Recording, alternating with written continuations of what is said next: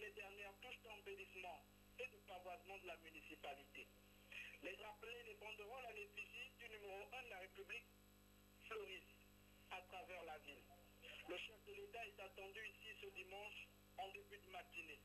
Il devrait aussitôt démarrer son périple interdépartemental par Boumango, avant Bakumba dans le département de l'Ekoko et Franceville, pour d'importants meetings et des échanges directs avec les populations locales. 12 étapes au total sont inscrites au menu du séjour alto-gouvernement du président de la République, avant son épilogue, à l'occasion du Conseil des ministres de ce jeudi. Un calendrier de travail très chargé avec des perspectives économiques, sociales et politiques certainement porteuses d'espoir. Pendant ce temps, à Libreville, les jeunes se trouvent encore à la Cité de la démocratie pour la clôture du Forum national de la jeunesse. En attendant la cérémonie de clôture et de sa diffusion dans nos prochaines éditions, notre reporter Chérel Annabelle Bunguta a fait une réflexion sur cette question. Le Gabon, pays au climat équatorial, aux ressources naturelles importantes dont le pétrole, l'uranium, le manganèse, le bois, avec une superficie de 267 667 km² et 1 500 000 habitants environ, dont 40% des jeunes. La majorité de cette frange de la population a moins de 18 ans, mais plusieurs mots minent l'épanouissement de cette jeunesse. La délinquance juvénile, la consommation d'alcool et de drogue qui a pour corollaire la déperdition scolaire, l'inadéquation formation-emploi, l'instabilité familiale illustrée par le taux élevé de divorce. Le président de la République, soucieux de ses préoccupations, a placé la jeunesse au cœur de sa vision politique et lui propose ce contrat de partenariat pour promouvoir l'égalité des chances et le mérite. Le premier Forum national de la jeunesse. Moyen privilégié de faire converger les orientations et les actions de tous les intervenants en vue de hisser la jeunesse au rang de moteur du développement du Gabon. Désormais, les jeunes, de façon consciente et responsable, participeront et contribueront à travers des analyses pertinentes à l'amélioration de leur quotidien.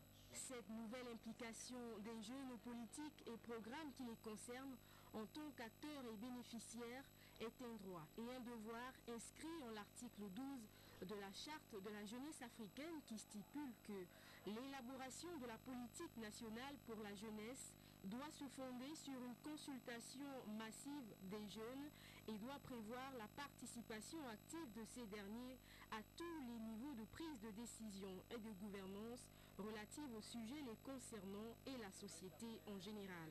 Loin d'être une panacée, ce premier forum national doit être une amorce de solutions aux nombreuses difficultés de la jeunesse gabonaise.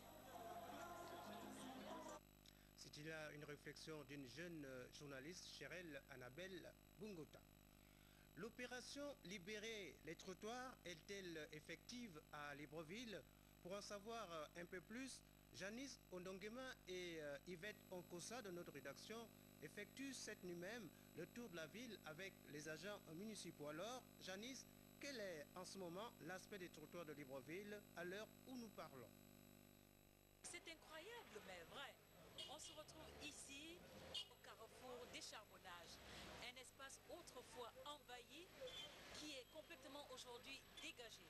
C'est dire que le maire Léandre Nzué, l'infatigable bosseur, et avec toute son équipe sont en pleine action. Ils n'ont pas d'œil à fermer la nuit et cela dure depuis 2 semaines. Ils font des rotations permanentes entre la gare routière et Okala, le marché d'Okala, en passant bien sûr par Rio, le PK5, Awenje, Nzengayon, les Charbonnages. Là, ils sont aux aguets, les éventuels hors-la-loi, disons-le, qui sont finalement hors d'état de nuire et qui estimaient qu'ils pouvaient toujours continuer à narguer la puissance publique incarnée par l'autorité municipale. Libreville by night, comme disent les Anglais, nous montre effectivement que les coups, les preuves de force engagées par la mairie ont été bien encaissées. À preuve, espace sur lequel nous nous trouvons, comme bien d'autres ailleurs, sont libérés du joug des commerçants anarchiques. On voit que tous ces espaces reprennent petit à petit la configuration d'une cité urbaine agréable à regarder. Finalement, l'espoir renaît, l'espoir de voir Libreville retrouver son aspect paradisiaque d'une ville érigée au bord du Congo et qui faisait rêver. Vous ne partez pas, Janice, puisque l'on relève également un autre aspect de cette question, c'est celui relatif au tas de marchandises brûlées et abandonnées sur la chaussée par les agents municipaux. Qu'en est-il exactement, Janice?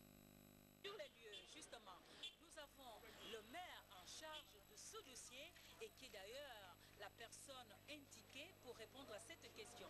Bien, je pense qu'à l'endroit où nous nous trouvons, c'est le contraire, puisque vous voyez bien que l'endroit est nettoyé. Il y a de cela une semaine, nous avons brûlé ces étages et effectivement, le service compétent n'était pas encore passé sur les lieux. Mais depuis hier, le service de la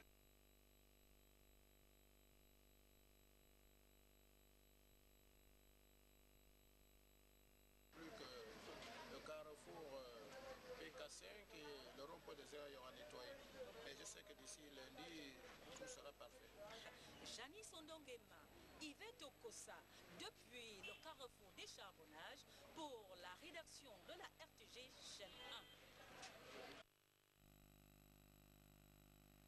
Voilà, la conférence interafricaine de prévoyance sociale a pris fin cette semaine à Libreville. Les participants ont préconisé la convergence des règles de gestion des organismes de prévoyance sociale des États membres. Les explications de Janice Ondongue. Les États membres de la conférence interafricaine de prévoyance sociale poursuivent un objectif primordial: la gouvernance transparente et efficiente des organismes de prévoyance sociale, qui nécessite un outil décisionnel fiable et adapté à la spécificité de la sécurité sociale en Afrique. Une bonne comptabilité limite non seulement les risques de défaillance, mais aussi nous aide dans le choix des politiques de croissance. Et enfin, elle permet une meilleure évaluation du patrimoine de nos structures. Il existe certes d'autres outils susceptibles de jouer ce rôle, mais aucun ne dispose des règles d'éthique et de contrôle de qualité aussi contraignantes qui nécessitent une vision transverse de l'activité de la comptabilité. La démarche préconisée par le comité des experts et le conseil des ministres vise donc une meilleure convergence des règles de gestion et de contrôle de nos caisses, qui a été sérieusement prise en compte tout au long des travaux. Voilà, nous restons encore dans le cadre du voyage du chef de l'État à Franceville et nous venons de recevoir des éléments nouveaux qui nous viennent de Franceville avec des réunions qui se préparent justement pour accueillir là-bas le chef de l'État. Voici le reportage de nos reporters. Dans cette partie du Gabon, dans la province du Haut-Ogooué, le président gabonais fera le tour des principales villes comme il a fait des précédentes étapes de cette tournée républicaine qui connaît son épilogue par la tenue du 7e Conseil des ministres localisé le 15 septembre prochain. À quelques heures de l'arrivée de l'illustre hôte, les femmes commerçantes et les ONG se mobilisent pour réserver un accueil chaleureux à Libongo Ondimba.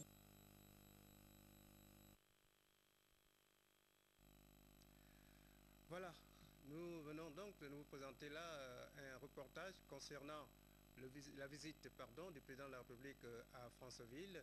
Et je rappelle pour nos chers téléspectateurs que ce soir, l'émission Saga Africa sera donc diffusée en direct à partir de 21h30. Et hier, cela a été prévu pour la soirée.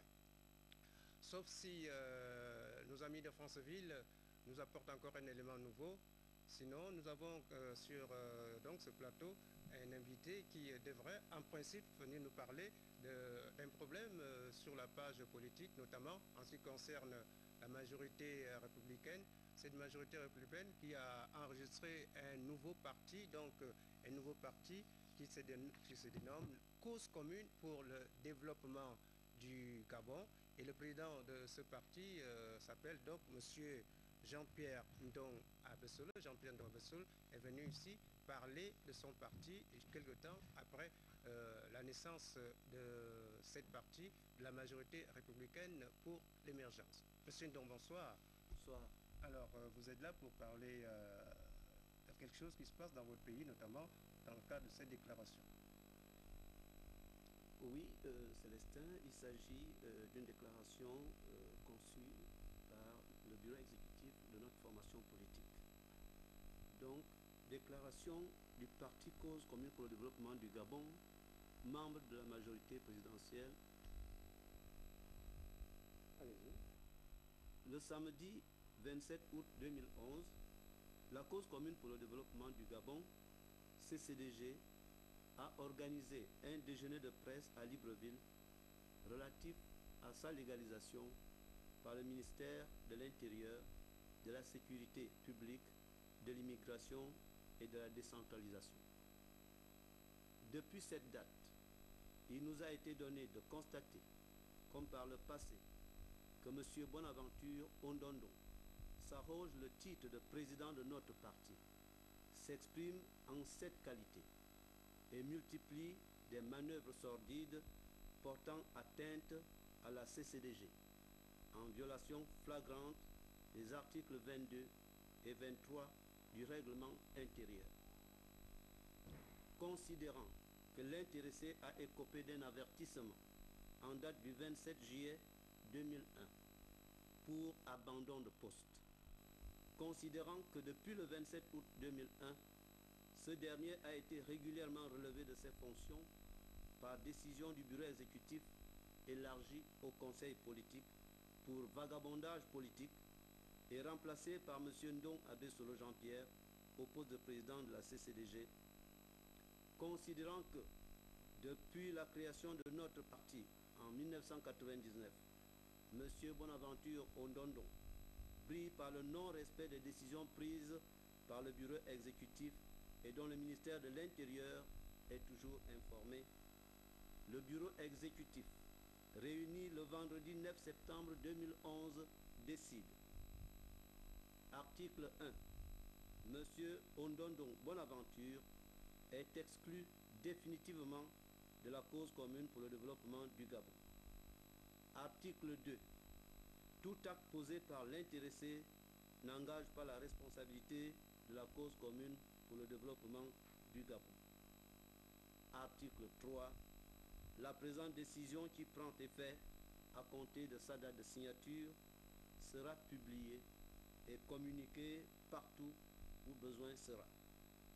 Fait à Libreville le 9 septembre 2011 pour le bureau exécutif, le président Jean-Pierre Ndong Abessolo. Merci, Monsieur le Président. Alors, ne partez pas. Nous sommes à la veille, sinon, des élections législatives. Est-ce que le CCDG prendra part à ces législatives?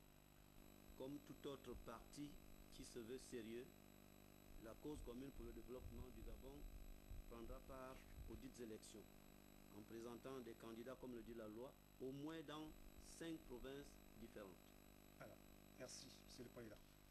Voilà, mesdames, messieurs, merci d'avoir regardé le journal. Je dis merci également à notre coordonnateur Adeline Zanhi et à toute l'équipe d'antenne de ce soir. À demain, 20h. Au revoir.